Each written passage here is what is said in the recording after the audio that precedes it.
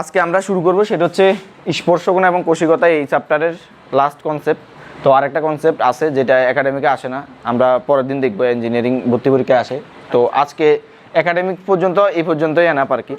তো স্পর্শকোণ এবং কোষিকতা, প্রথমত আমাদেরকে স্পর্শকোণ সম্পর্কে জানতে হবে, দেন কোষিকতা জিনিসটা আসবে। প্রথমত হচ্ছে স্পর্শকোণ কি, সংজ্ঞা আমরা একটু পরে লিখবো, আগে আমরা একটু বোঝার চেষ্টা করি স্পর্শকোণ কি।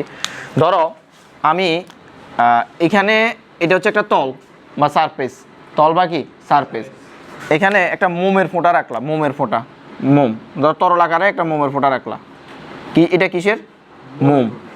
ধরো এটা একটা সারফেস বা আবার এই সেম সারফেসে ধরো একেবারে সেম সারফেসে তুমি রাখলা যেটা, সেটা হচ্ছে ফানি, একটা ফানির ফোঁটা রাখলা ধরো। তো ফানির ফোঁটা কি মোমের মতো বেশি বড় হবে নাকি আর একটু ইয়ে করে থাকবে? ধরো আমি তরল মোমে হাত রাখলাম আর ফানিতে হাত রাখলাম, তাহলে আমার হাতটা ভিজবে কিসে? তরল নাকি ফানিতে? ফানিতে। কিসে ভিজবে? দুটোটাতে? না না, তো ফারদে চিন্তা করো, ফারদে বেশি ভিজবে নাকি ফানিতে বেশি ভিজবে? ফানিতে ফাই ভিজবে না, ফানিতে থাকবে এরকম জিনিসটা, এই যে ফানিতে থাকবে এরকম, ধরো এটা হচ্ছে ফানি। এখন বলছে স্পর্শকোণটা কি? তরলের দেখো তো, এই যে তরল, এটা হচ্ছে কি ভূমি বা আমার কি কাঠামো। তো এই কাঠামো বা ভূমির সাপেক্ষে একটা স্পর্শক চিন্তা করো, এখানে একটা স্পর্শক চিন্তা করো। এখন ধরো আমি একটা, দুইটা এক সেম না, সেম হবে না, আমি একটা চিন্তা করলাম এটাই। এখন এখানে কোনটা? এটাও হইতে পারে অ্যাঙ্গেল আর এটাও হইতে পারে অ্যাঙ্গেল, তাহলে স্পর্শকোণ কোনটাকে বলে? ছোটটা না বড়টা। স্পর্শকোণ হবে কি বড়টা, মানে এটা হচ্ছে আমাদের স্পর্শকোণ, এই যে এটা হচ্ছে কি স্পর্শকোণ। এখন তাহলে স্পর্শকোণের সংজ্ঞাটা হচ্ছে যে যেই তলে, মানে যেই তলে আমি ফানি বা যেই তলে তরল রাখবো, ওই তলের সাপেক্ষে ফানি সহ। যেমন তুমি যদি এই কোণটা ধরো, এখানে ভিতরে কি কোনো ফানি আছে? ফানি নাই।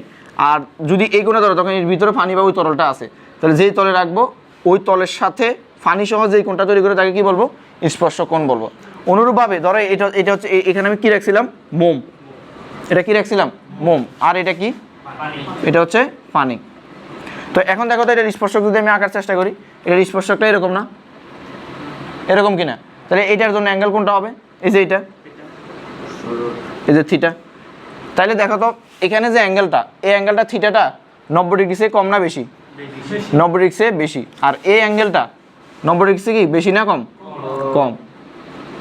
তাহলে এইটা হচ্ছে আমাদের স্পর্শ কোণ। এখন আমরা কি আছে, এই সরি, থিটা 90 ডিগ্রি ছোটো। ওকে, এখন আমরা যদি আরেকটা জিনিস দেখি, ধরো আমি আরেকটা চিত্র দেখাচ্ছি তোমাদের, সেটা হচ্ছে এখানে ধরো পারদ আছে বা তিনটা জিনিস আছে, আমি একদম তিনটা জিনিস দেখাচ্ছি বরাবর।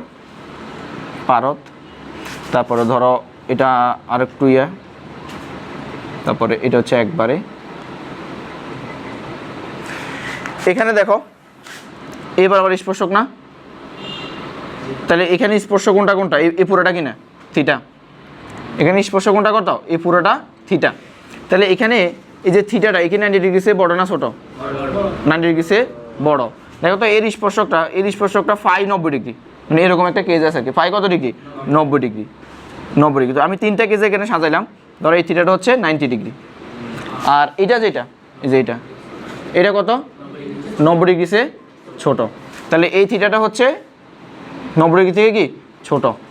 আচ্ছা, যদি আমি এখানে লিখি, তাহলে থিটা ইকুয়াল টু কত? 90 ডিগ্রি। আর এখানে থিটাটা কত? 90 ডিগ্রি ছোট। এই ঘটনাটা কখন হবে? যখন আমরা দুইটা বল পড়ছিলাম, সংশক্তি বল, একটা হচ্ছে কি আসঞ্জন বল। সংশক্তি বল কি? একই পদার্থের মধ্যে যে আকর্ষণ বা যে কণাসমূহের মধ্যে, সেটা হচ্ছে কি সংশক্তি বল। আর ভিন্ন পদার্থের মধ্যে যেটা কি আসঞ্জন বল। এটা হবে যখন আমাদের সংশক্তি বল বেশি। সংশক্তি বল বেশি, এটা একটু ইম্পর্টেন্ট কথাটা। সংশক্তি বল কার থেকেও বেশি? আসঞ্জন বল থেকেও বেশি। আর এই ঘটনাটা ঘটবে যখন আমাদের সংশক্তি এবং আসঞ্জন যেটা আছে, আসঞ্জন সমান। আর এখানে ঠিক বিপরীতটা না, তাহলে আসঞ্জন এখানে বেশি, আমি আ দিলাম, আর এখানে কি দিলাম? স দিলাম। তাহলে আমরা তিনটা কেস যদি একটু বোঝার চেষ্টা করি, যে সংশক্তি, এই দেখো সংশক্তি, তাহলে একটু বোঝার চেষ্টা করো। এখানে ফারদের মধ্যে যে আকর্ষণ, পারদ ধরার এখানে একটা মানে কাঁচের মধ্যে বেশি আকর্ষণ না, ফারদের মধ্যে আকর্ষণ বেশি হবে, সংশক্তি বল বেশি হবে। তাহলে আমরা এখানে একটা জিনিস বুঝতে পারছি কনসেপ্টটা, যে সহশক্তি বল যখন আসঞ্জন থেকে বেশি হবে তখন আমাদের স্পর্শ কোণটা কত ডিগ্রি হবে, 90 ডিগ্রি থেকে বেশি। আর যখন প্রায় সমান হবে, এটা সাধারণত একদম বিশুদ্ধ পানির জন্য হয়। এটা যদি পানির সাথে একটু ভেজাল মিশ্রিত করে এই ঘটনাটা ঘটবে না, এটা একেবারে বিশুদ্ধ পিওর বিশুদ্ধ পানির জন্য। আর ধরো অন্য যে কোনো তরল হইতে পারে। এটা হচ্ছে কত আমাদের কে আসঞ্জন বল বেশি কার থেকে, সরি আসঞ্জন বল কম কার থেকে, সহশক্তি বল কার থেকে কম, আসঞ্জন বল থেকে। তো এটা একটু উঠে নাও, দুইটা চিত্র সুন্দর করে উঠে নাও।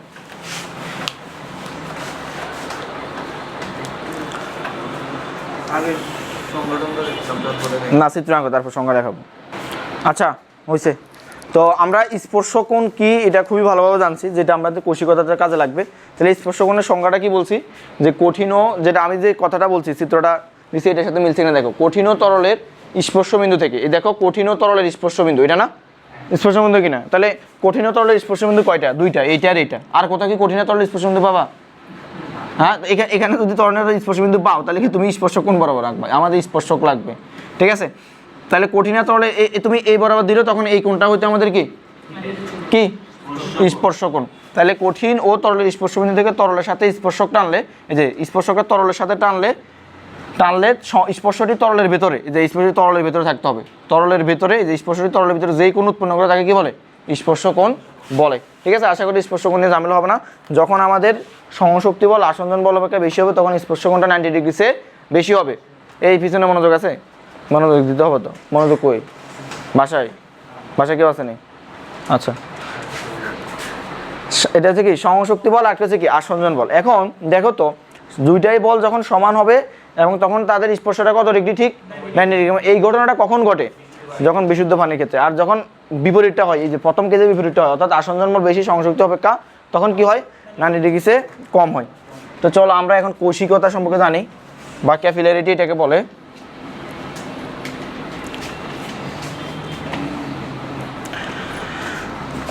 কৌশিকতা জিনিসটা হচ্ছে কি, দেখবা আমি ঘটনাটাকে আগে একটু বোঝানোর ট্রাই করতেছি। এখানে একটা পানির ধরো পাত্র আছে, কৌশিকতা জিনিসটা কি, এখানে একটা কিসের পাত্র আছে, পানির পাত্র। ধরো এটা হচ্ছে পানির পাত্র, পানির পাত্র, এই যে পানির পাত্র। এই পানির পাত্রে আমরা একটা নল ডুবাবো, কৌশিক নল। কোন নল ডুবাবো, কৌশিক নল,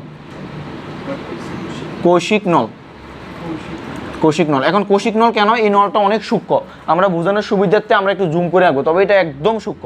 কৌশিক মানে কি, কেশ। কৌশিক শব্দটা কই থেকে আসছে, ধরো কেশ, আর কেশ মানে কি চুল, মানে একদম চুলের মতো সূক্ষ্ম আর কি, একদম ছোট, অতি মানে চিকন, খুবই চিকন আর কি, খুবই চিকন হবে। এরকম একটা যদি আমি 5 ডুবাই, তো আমরা আমাদের বোঝানোর সুবিধাতে একটু মোটা করে আঁকবো। তো দেখবা কিছু কিছু কেজে তুমি যদি এখানে ভিন্ন কালার দিয়ে করে, তাহলে দেখো দেখো এরকম যদি একটা তুমি নল দাও, এই যে নল ধরো এরকম মানে খালি ফাঁপা নল আর কি, এই নল যখন তুমি দিছ তখন অনেক কেজে কিছু পরিমাণ পানি উপরে উঠে যাবে, এরকম কিছু পরিমাণ পানি উপরে উঠে যাবে, আবার কিছু কিছু কেজে পানিটা কোথায় নামে যাবে, নিচে নামে যাবে, এই যে নিচে নামে যাবে। বোঝা গেছে কিনা? এখন কখন উপরে উঠবে কখন নিচে নামবে এটা আমরা দেখবো। তাহলে ঘটনা কয়টা হয়, দুইটা হয়। হ্যাঁ হ্যাঁ, না না উপরে নিচে মানে পানি লেভেলে আছে আর কি, এই কৌশিক নল বেয়ে পানি উপরে উঠে যাবে আর কি, কিছু পানি। হ্যাঁ, আর আর নিচে হচ্ছে ধরো এইটা খালি হয়ে যাবে আর কি, নল পিছন থেকে মানে পানি এখানে পাত্রের পানি লেভেলে পর্যন্ত থাকবে, তবে কিছু কিছু ক্ষেত্রে কি হয়ে যায় মানে এইটা খালি হয়ে যায় আর কি, যে পর্যন্ত। বুঝছো কি না? ওকে, তখন ঘটনাটা কী হবে, পানি খালি হবে বলতে ওই যে আয়তন দখল করার জন্য এটা হালকা পরিমাণ উপরে উঠে, যেটা খুবই নেগলিজেবল আর কি, ধরা যায় না এরকম। তো আমরা এখন আমরা এটার জন্য গাণিতিক জিনিসপত্র বের করবো। আগে আমরা বোঝার চেষ্টা করবো যে কখন উপরে উঠে, কখন নিচে নামে এবং কেন নামে। গাণিতিক জিনিসপত্র কিন্তু সব মানে আমাদের পরীক্ষায় যেটা বলবে যে এখানে কতটুকু পর্যন্ত উপরে উঠবে সব ইনফরমেশন দেওয়া থাকবে, আমরা এগুলো দেখবো। তাহলে আমরা এখানে এই ঘটনাটা কি দেখছি, যে তাহলে কৌশিকতা ঘটনাটা কি, যে একটা তরলের নিমে যদি আমি যদি একটা কৌশিক নল ডুবাই তখন কিছু অনেক সময় পানি উপরে উঠে, অনেক সময় কি নলের ভিতর দিয়ে পানি নিচে নামে, এই ঘটনাটাকে কি বলে, কৌশিকতা। বোঝা গেছে কিনা? তাহলে একটু উঠে নাও যে কৌশিক নলের ভিতর বেয়ে কৌশিক, একদম আমি সহজে লিখতেছি, তোমরা একটু বইতে দেখবে আরো একটু মানে মারাত্মক করে সংজ্ঞা লেখা আছে, যেটা আমি বলছিলাম আর কি ব্যাখ্যা। কৌশিক নলের ভেতরে পানি বেয়ে আহরণ বা অবরোহণ বলে, পানি বেয়ে আহরণ বা অবরোহণ না অবমনন? আচ্ছা একদম সহজে লেখো যে নলের ভিতরে পানি বেয়ে উপরে উঠা ও নিচে নামার ঘটনাকে কৌশিকতা বলে। কৌশিকতা বলে। তাহলে এখন আমাদের মনে প্রশ্ন আছে যে উপরে উঠে কখন আর নিচে নামে কখন? উপরে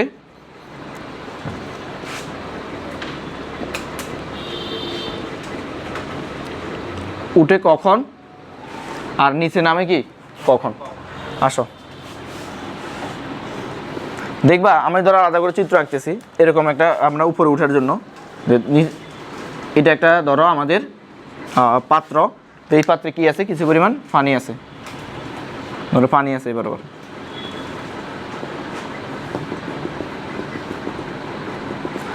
তো এখন যখন তুমি এখানে একটা আলাদা করে নল ডুবাইবা, তখন দেখবা পানিটা বেয়ে এই যে এভাবে এরকম করে উঠে গেছে নলের গায়ে, এই যে ঠিক এরকম উঠে গেছে আর কি। এই যে তাহলে আমাদের উঠে যাওয়ার ভিতরে আমরা লেভেলটা যে পর্যন্ত ধরবো, জিনিসটা হচ্ছে ধরো এরকম এরকম হয় আর কি। তাহলে সর্বনিম্ন এই পর্যন্ত না, ধরো সর্বনিম্ন এই লেভেলটা থেকে আর আমাদের আদি অবস্থান যেটা, এটাকে বলি আমরা উচ্চতা। আমরা উচ্চতা যখন বের করবো তখন আমরা এই স্টাই বের করবো আর কি। তো এখন দেখো তাহলে প্রশ্ন হচ্ছে, এটা হচ্ছে ফানি, এটা হচ্ছে কি ফানি, ফানির ক্ষেত্রে উপরে উঠে যায়, কিন্তু কিসের ক্ষেত্রে? পারদের ক্ষেত্রে কি? আচ্ছা এখানে স্পর্শ কোণ কত হবে বলতে পারো তোমরা? স্পর্শ কোণ কত হবে এখানে বলো তো?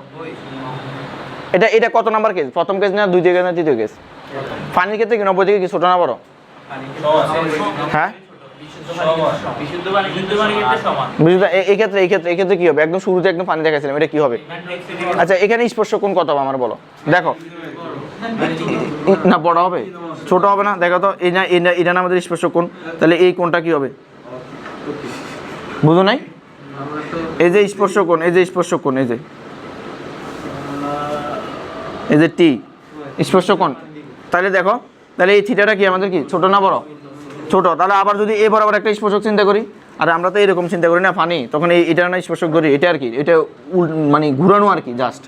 তাহলে এই কোণটাও যদি আমরা চিন্তা করি, সেটাও কি আমাদের এই যে এই কোণটা 90 ডিগ্রি কি ছোট।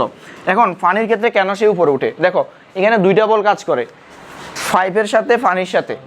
একটা হচ্ছে একটি সহশক্তি বল, একটা হচ্ছে আসঞ্জন বল। বলো তো এই ক্ষেত্রে ফানির ক্ষেত্রে কোন বল বেশি, সহশক্তি না আসঞ্জন? আসঞ্জন বল বেশি না?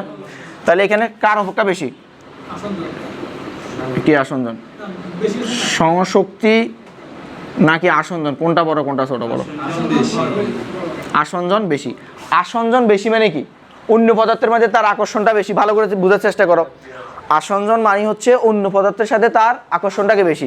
তাহলে এই টিউবটা পানিটাকে বেশি আকর্ষণ করছে, সে নিজেদের মধ্যে ভালোবাসা নেয়, সে পরকীয়া লিপ্ত। মোট কথা হচ্ছে আর কি, মানে সে কিভাবে মানে আরেকজনের প্রতি আকর্ষণ, আরেক পদার্থের প্রতি আকর্ষণ, নিজেদের মধ্যে যে পদার্থের মধ্যে আসঞ্জন বল বেশি। তাহলে এরকম একটা পদার্থ যদি আমরা এক্সাম্পল দিই, সেটা কি বলতো? কি একদম কমন একটু বললাম, পারদ। যেমন পারদের ঘনত্ব বেশি, দেখবা পারদ নিজেদের মধ্যে আঠালোভাবে লাগানো থাকে, তো পারদের কি সহশক্তি বল বেশি। ফানির কার কোন বল বেশি? ধরো তুমি কাঁচের সাথে পারদ, একটা কাঁচ পাত্রে পারদ রাখলা আর একটা কাঁচ পাত্রে পানি রাখলা, তাহলে এই ক্ষেত্রে কার আসঞ্জন বল বেশি হবে? আসঞ্জন বল কার বেশি? ফানির আসঞ্জন বল বেশি, ফানির আসঞ্জন বল কম। নিজেদের মধ্যে আকর্ষণ বল কি সমান বিশুদ্ধ পানির ক্ষেত্রে? আমি তো বিশুদ্ধ পানি ধরি নাই, ঠিক আছে, একদম বিশুদ্ধ পানি। নর্মালি তো তুমি এত বিশুদ্ধ পানি তুমি কই ভাবে? একটু হলে ভেজাল থাকে।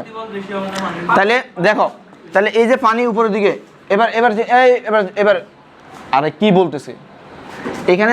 সহশক্তি বল কম, মানে পানি নিজেদের ভিতরে বলটা কি কম, কার সাথে? আরেকজনের সাথে বলটা বেশি, কার? যে পাইপ, কাঁচের পাইপ বা নল, তাহলে সেজন্য সেই পানিটা কি হয়ে যায়? উপরের দিকে উঠে যায়। তাহলে এটার ব্যাখ্যাটা কি হবে? বলো?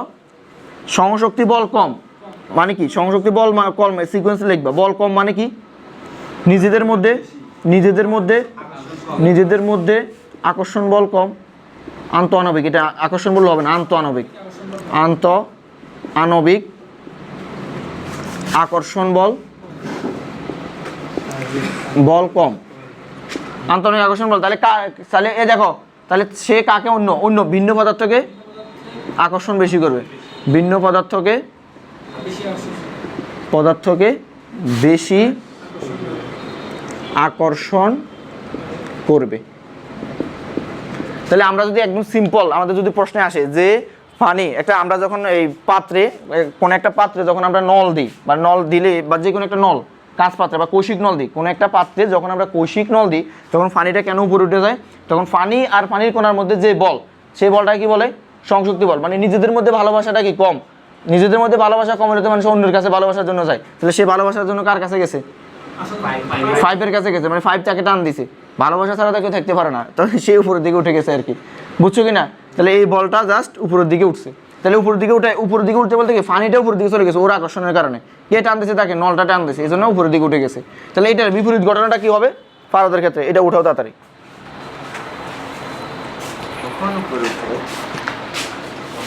তাহলে আমরা উপরে কখন উঠে আর নিচে কখন নামে, আমি যদি তাহলে উপরে উঠলে আরেকবার যার চিত্রটা আঁকতেছি, উপরে উঠলে কি ঘটনা ঘটে বলো তো? উপরে উঠলে কি ঘটনা ঘটে? এই যে এটা হচ্ছে আমাদের নল বা এই যে পাত্রে পানি থাকে পর্যন্ত। হ্যাঁ পড়াইছি, আমি দুইটার মধ্যে পার্থক্য বোঝার জন্য আর কি। আচ্ছা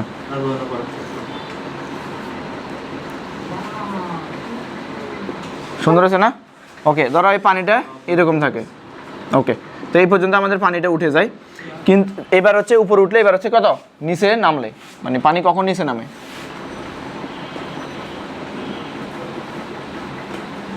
নিচে নামলে চিত্রটা কেমন হবে? নিচে নামলে চিত্রটা হবে এই রকম।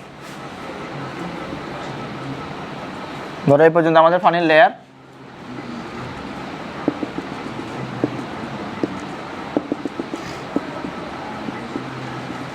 তাহলে এটা পানি না, এই ক্ষেত্রে এটা হয়তো হবে কি পারদ, একটা এক্সাম্পল। অন্য পদার্থ হতে পারে, ধরো আমরা সহজ কিছু এক্সাম্পল নিই আর কি। আর এই ক্ষেত্রে এটা হবে কি পানি। আচ্ছা এবার বলো পারদের কোন বল বেশি? পারদের কে সহশক্তি বল বেশি না? তাদের নিজেদের মধ্যে অনেক বেশি আকর্ষণ থাকে না, তারা আরেকজনের কাছে ভালোবাসা উদারতার জন্য জানে, নিজেদের মধ্যে আকর্ষণ বেশি। ফলে তুমি যখন এখানে একটা নল ডুবাইবা, তখন ওই এই 5টা একে তেমন একটা বেশি, তুমি দেখবে পারদের এই যে হাতে নিয়ে দেখবে আর বেশি তোমার হাত ভিজাতে পারবে না, আবার সে গোলাকার হয়ে অন্য থেকে চলে যাবে। এমনি পারদ দেখবে হাতে এমনি পড়ে যাবে। পারদ দেখছো না, যে আমাদের থার্মোমিটার ভিতরে থাকে, আবার আমরা দেখছিও অনেকে, দেখবে এটা হাতে থাকলে সে বেশিক্ষণ স্থির থাকবে না। ওই যে কচু পাতায় যেরকম পানি, ঠিক আমাদের হাতও পারদ এরকম একই আচরণ করে। আচ্ছা হ্যাঁ, তো এখন দেখো, তো এই পারদ কি করবে? পারদ এই নলটাকে, কৌশিক নলটাকে আকর্ষণ করবে না, সে নিজের ভালোবাসা নিয়ে সে ব্যস্ত। তো সে কি করবে? সে চাইবে যে মানে ওর প্রতি আকর্ষিত না হয়, বরং নিজেদের মধ্যে এরকমই থাকতে। আগেরটা এরকম ছিল না, এখন মানে এরকম থাকা মানে কি ওর কাছে চলে যাবে আকর্ষণ করে, কিন্তু ও নিজেদের মধ্যে আকর্ষণ করতে থাকতেছে আর কি। এই যে এরকম,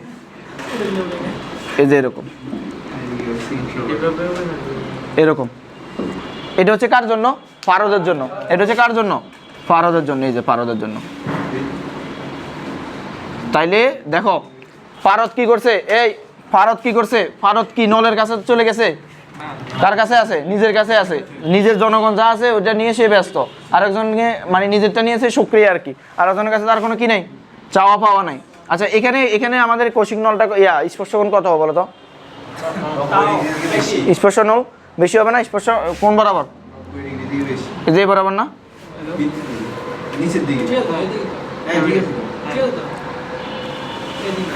নিচের দিকে এই যে এই বরাবর, হ্যাঁ। স্পর্শকোণ 180 থেকে বেশি, সরি 90 ডিগ্রি থেকে বেশি না? কোনটা? ও সরি, এই যে এইটা। তাহলে এটা আমাদের কত ডিগ্রি? থিটা থেকে 90 ডিগ্রি থেকে কি বেশি? থিটা 90 ডিগ্রি থেকে কি বেশি? বোঝা গেছে কিনা? নিচে নামলে এটা হচ্ছে পারদের ক্ষেত্রে। তাহলে এক্ষেত্রে এইটার ব্যাখ্যাটা কেমনে লিখবা? এখানে কোন বল বেশি?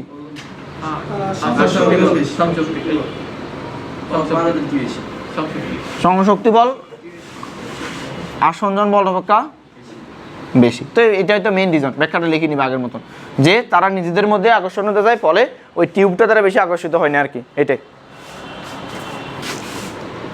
নিজেদের মধ্যে আন্তঃআণবিক বল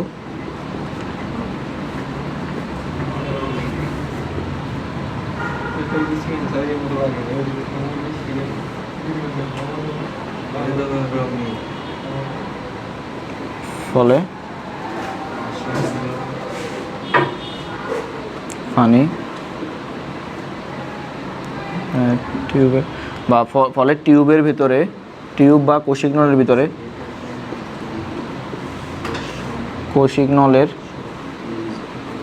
ভেতরে পানি নিম্নমুখী হবে।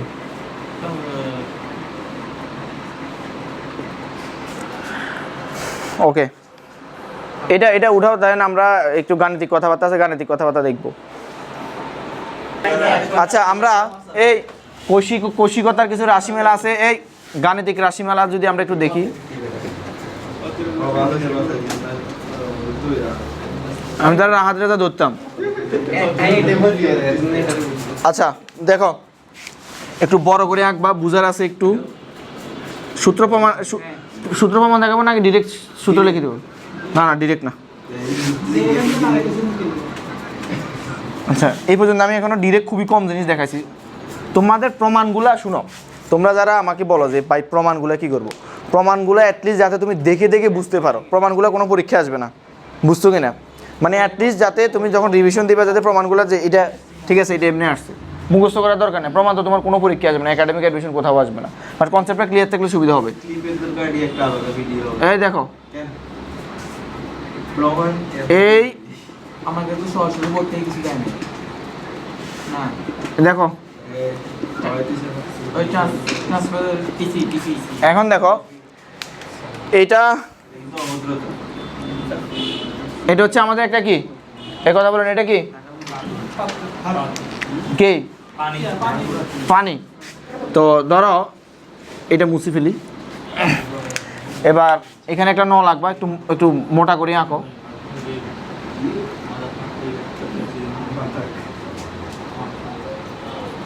আচ্ছা, তো ধরো আমাদের এখানে কোষিকতাজনিত কারণে পানিটা এরকম উঠে গেছে, ঠিক আছে? তো এটা ধরো পানি দিয়ে বুঝে আর কি বারবার। এবার আসো, তাহলে এখানে উচ্চতাটা কোনটা হবে জানো? এই উচ্চতাটা কোনটা হবে?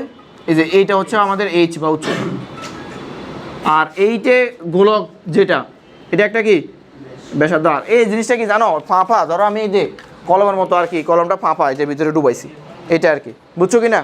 ওকে, তো এখন এই তোমার এত ফোন আসে কেন ক্লাসে? এত ফোন আসে কেন? এই ফোন অফ করো সবাই। 1.5 ঘন্টা 2 ঘন্টা ধরে ওকে ওকে, তো এখন আমি তুমি কি ক্লাস 1-2 পড়ো? তোমার আমি ABCD পড়ায় ছুটি দিয়ে দিব। তাহলে নাহলে আজকে কোষিকতা বা গাণিতিক রাশিমালার বানান শিখে চলে যাও। ওকে, আর নাহলে এই চিত্রটা পড়াইছি, অনেক কিছু পড়ে বলছে, চিত্রটা 20 বার রাখি ফেলিও, শেষ। আচ্ছা, তো এখন দেখো, তাহলে স্পর্শক বরাবর তাহলে তার একটা কি থাকে? এই পৃষ্ঠটান থাকে না একটা? এই যে এই বরাবর একটা পৃষ্ঠটান থাকে কিনা? পৃষ্ঠটান এই বরাবর থাকে। আচ্ছা, এই বরাবর যদি পৃষ্ঠটান থাকে, প্রতিক্রিয়া বরাবর এই বরাবর একটা পৃষ্ঠটান থাকবে না? থাকবে কিনা? এবার দেখো, তাহলে আমরা এই বরাবর যদি একটা থাকে, যে কোনো একটা দেখালে হয়। এবার যদি একটা টি থাকে, এই বরাবর একটা কী থাকবে? টি। এবার দেখো আমাদের কোনটা কি হয় এক্ষেত্রে? এটা না কোন হয়? মনে আছে আমি ওই চিত্রে দেখাছিলাম। এটা যদি থিটা হয়, এটা কত? থিটা। এটা থিটা, এটাও কি থিটা। এখন দেখো, এই থিটার এই বরাবর উপাংশটাকে আমরা কি বলবো? টি কস থিটা। আর এই বরাবর উপাংশটা আমরা কি বলবো? টি সাইন থিটা। অনুরূপভাবে এইটা যদি টি হয়, এ বরাবর উপাংশটাকে কি বলবো? টি কস থিটা। আর এ বরাবর এটাকে টি সাইন থিটা। এখন আমরা একটু যদি বোঝার চেষ্টা করি এই চাকতিটা, এই জিনিসটাকে, এটা তো আমি 2D ভাবে আঁকছি আর কি। ধরো এইটা হচ্ছে আমাদের টিউব। তো এই টিউবের এই বরাবর হচ্ছে কি টান বলে। দেখো, এই টিউবের এই বরাবর টান বল, উপর দিকে কি টি কস থিটা, আর এই বরাবর টি সাইন থিটা। তাহলে দেখো তো প্রত্যেকটা, এখানে তো আমি একটা কোণা দেখাইছি, এটা একটা বৃত্ত, সার্কেল ধরলে এবার একটা টি সাইন থিটা, এবার একটা টি সাইন থিটা, এবার টি সাইন থিটা, অনেকগুলো টি সাইন থিটা, তারা আলটিমেটলি কি হয়ে যাবে? 0 হয়ে যাবে না? তাহলে জিনিসটা যদি আমি একটু ভাঙা দেখাই, তাহলে মানে গোলাকার আর কি। এবার যদি একটা টি সাইন থিটা হয়, সিমিলারভাবে এই বরাবর একটা কী থাকবে টি সাইন থিটা থাকবে। এখন এই বরাবর টি কস থিটা আছে, এ বরাবর কি টি কস থিটা আছে না, এটা কি হবে? তাহলে আমাদের এখানে ধরো এ বরাবর একটা যদি টি সাইন থিটা থাকে, এ বরাবর কি থাকবে টি সাইন থিটা। এটা বুঝছো কি না? এই দেখো এটা হচ্ছে তোমার নল, এটা হচ্ছে কি নল, নলের স্পর্শক বরাবর যে এই বরাবর টি, উপরের দিকে কি এটা হচ্ছে কৌশিক নল, উপরের দিকে কি কথা বলেন, উপরের দিকে কি টি কি কস থিটা, আর এ বরাবর কি। তাহলে ধরো এই এই তুমি বাইরে যাও, কথা বলে বাইরে যাও। তাহলে এই কোণাটার জন্য এই কোণাটার জন্য এই কোণাটার জন্য এইদিকে একটা টি কস থিটা থাকে, এই কোণার জন্য থাকে, এই কোণার জন্য থাকে, এই কোণার জন্য থাকে, প্রত্যেকটা কোণার জন্য কি থাকে, বুঝছো কিনা? তাহলে এখানে থাকবে কত টি টু কস থিটা। এবার আসো তাহলে আমাদের এই পৃষ্ঠটান টি সমান সমান কি জানি, টি সমান সমান কত এফ বাই কত এল না, এফ বাই এল কিনা, তাহলে এফ সমান সমান কত টি ইন্টু এল। এবার টি কোন টিটা কাজ করবে এখানে, টি নাকি টি কস থিটা? উপরের দিকে কোন বলটা কাজ করবে, টি কস থিটা। আচ্ছা এখন দেখো তো, তখন আমাদের মনে প্রশ্ন আসতে পারে যে পানিটা দুইটা টি, ও আচ্ছা এটা এফ। আচ্ছা দেখো এখন আমাদের মনে প্রশ্ন আসতে পারে যে এটা আসলে কাজ করে কিভাবে, মানে পানিটা আসলে কতটুকু যায় থামবে, কি প্রশ্ন কি আসবে যে পানিটা আসলে কতটুকু যায় থামবে। তো পানিটা ধরো উপরে উঠতেছে একটা পর্যন্ত থামবে, কখন থামবে, যখন ঊর্ধ্বমুখী বল আর নিম্নমুখী বল কি হয়ে যাবে, ব্যালেন্স হয়ে যাবে, সমান হয়ে যাবে, তখন এটা থামবে। নিম্নমুখী বল এখানে একটা কি এমজি বল না, আর এখানে পৃষ্ঠটানজনিত বল কি টি কস থিটা, সবগুলো আর কি। তাহলে আমরা এখন পৃষ্ঠটানজনিত বল বের করছি, তাহলে টি এখানে টি বলতো কোন টিটা কাজ করবে, টি কস থিটা, টি কস থিটা। কে একজন আমাকে ভাগ্যবতী বা ভাগ্যবতা তো কেউ নাই, ভাগ্য বলো এখানে এলটা কি কাজ করবে, সিজন বলো তো এখানে এলটা কি হবে, না না না কে বলো তো, ভেরি গুড ফরিদি। কারণ আমরা যখন এই বড় এই পুরোটা নিব, দেখো এই পুরোটা নিব, তাহলে প্রত্যেকটা কোণা এখানে কয়টা কোণা, মোট পরিধির সমান কোণা না, টি কস থিটা পরিধির সমান কোণাটা হবে না, এখানে একটা কোণা আর কি। এটা যদি আমি গোলাকার ভাবে আঁকি তাহলে এটার জন্য সেম হবে না। তাহলে আমাদের তাহলে এখানে এল এর মান কত হবে 2 পাই আর, 2 পাই আর কত আর, এই যে 2 পাই আর। তাহলে আমাদের উচ্চতাটা কতটুকু হবে, এই দেখো উচ্চতাটা হবে এতটুকু। তাহলে এখন আমরা এখানে বের করব কি, আমরা বের করব উচ্চতা।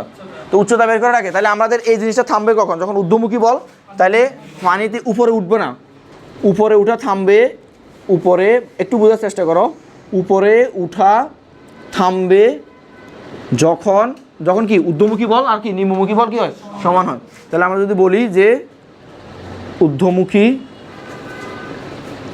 এই তুমি যে ছোটো বাচ্চার মধ্যে এটা খেলতেছো, তো এটা যে খেলতেছো আর বুঝতেছো, ঊর্ধ্বমুখী বল আর কত নিম্নমুখী বল।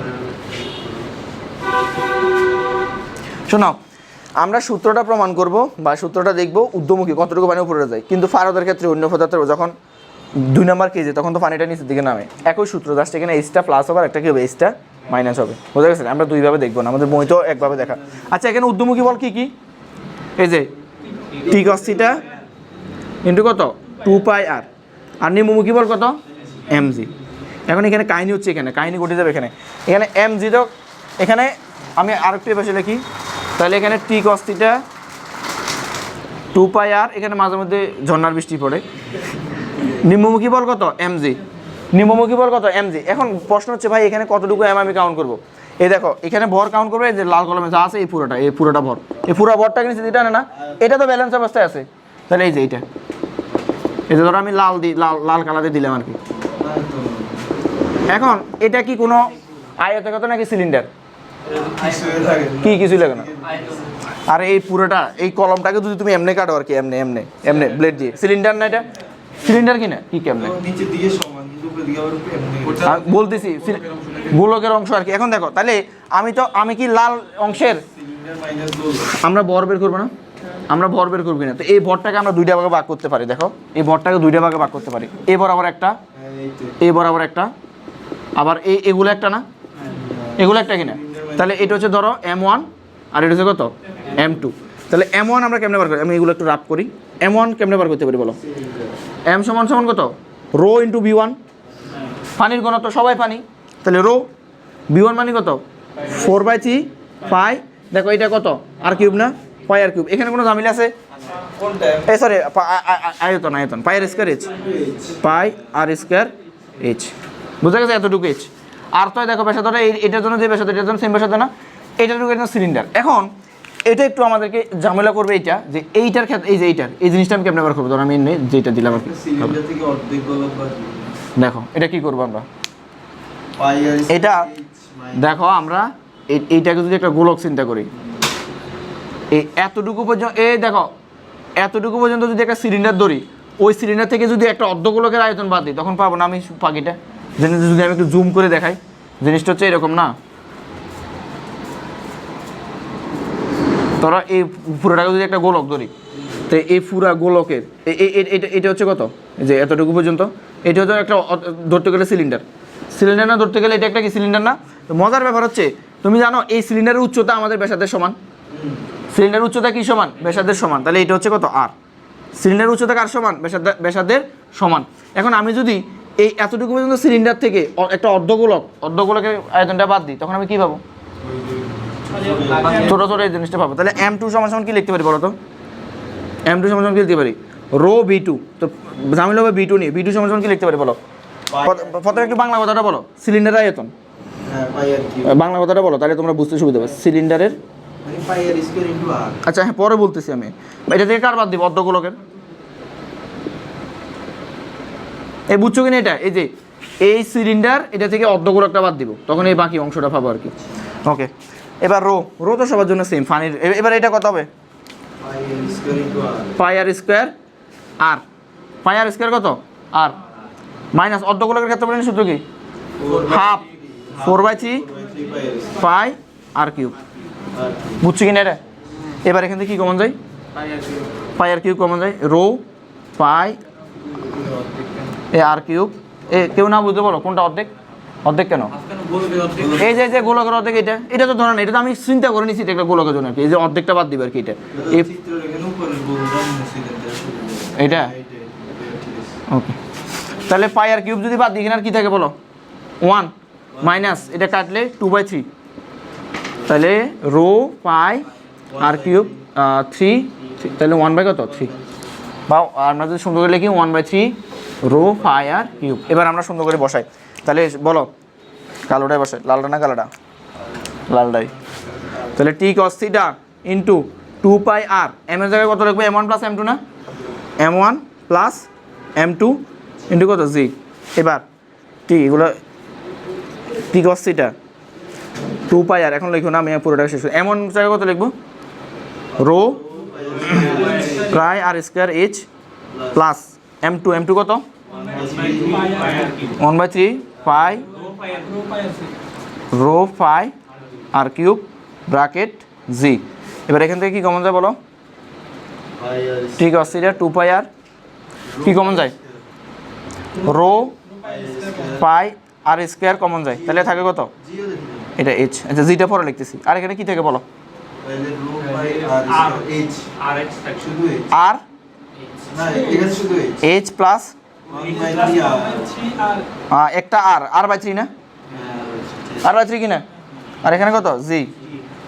এবার আসো, তাহলে কি কি কাটাকাটি যায়, পাইপে কাটাকাটি যায়, এখানে একটা আর থাকে, তাহলে আমরা একটু বড়, তবে 2 সমান সমান কত, রো এইচ প্লাস, আচ্ছা আর রো আর এখানে কত R/3, আচ্ছা আর লিখি এখানে, আর রোজিটা একটু লিখি, রোজিটা শব্দটা একটু আমাদের উচ্চারণ করতে সহজ না, রোজি এস রোজি এই জন্য আর কি। আচ্ছা আবার রোজিনা না, আমরা এইচ বের করবো আর কি। এবার আমরা প্রথমে যদি আমাদের এই টিটা বের করতে চাই, বলো টিটা কেমন বের করবো, তাহলে কত আর divided by H plus R/3 rho g divide by কত 2 cos থিটা। এই যে এটা হচ্ছে আমাদের যে পৃষ্ঠটা নির্ণয় করার সূত্র। তো এখানে দেখবে বইতে মাঝে মধ্যে এই R/3 আছে না, R/3টাকে ওইটা অনেক ছোট আর কি, মানে এইচের তুলনায় R/3টা অনেক ছোট আর কি, পুরো এইচের তুলনায়। তো আমাদের এই যে R/3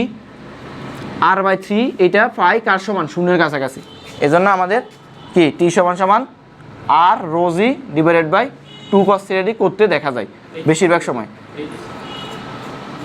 ও এইচ আছে, এই যে এটা আমাদের এই সূত্র দিয়ে করতে দেখা যায়। এখন প্রশ্ন হচ্ছে ভাই এখানে আর মান শূন্য বসাবো, এই যে শূন্য, এটা এখানে শূন্য বসাবো, শূন্য বসাবো পুরো ভ্যালুটা শূন্য চলে আসে, বুঝো না? এই জিনিসটা এই যে আর বাঁচি, আর নিজে অনেক ছোট, আরও এটা 3 ভাগ করতেছি, তার মানে এটাকে প্রায় শূন্যের কাছাকাছি ধরছি। তাহলে আমাদের সূত্র হচ্ছে এইটা, সূত্রটা বলো তো, এইটা সূত্রটা 5 সেবার বলো। H R rho g divide by কত? 2 cos θ, H R rho g by. তাহলে আমাদের সূত্রটা আমি যদি এখন সুন্দর করে লিখি, বলো, আমি এখানে লিখি সূত্রটা একদম স্যার, টি সমান সমান আর এ অথবা এইচ আর রোজি কত 2 cos θ। এখন আমাদের যদি এইচ উচ্চতা, আমি তো মেন উদ্দেশ্য ছিল এটা, এইচও বের করতে পারবো। এইচ সমান সমান কত? 2 cos θ into T divided by R rho g. এই যে এটা হচ্ছে সূত্র, সুন্দর করে উঠাও। না না, সুন্দর করে উঠাও এটা। আচ্ছা, এইচ সমান সমান কত? কত বলো? T cos θ T into 2 cos θ divided by R rho G.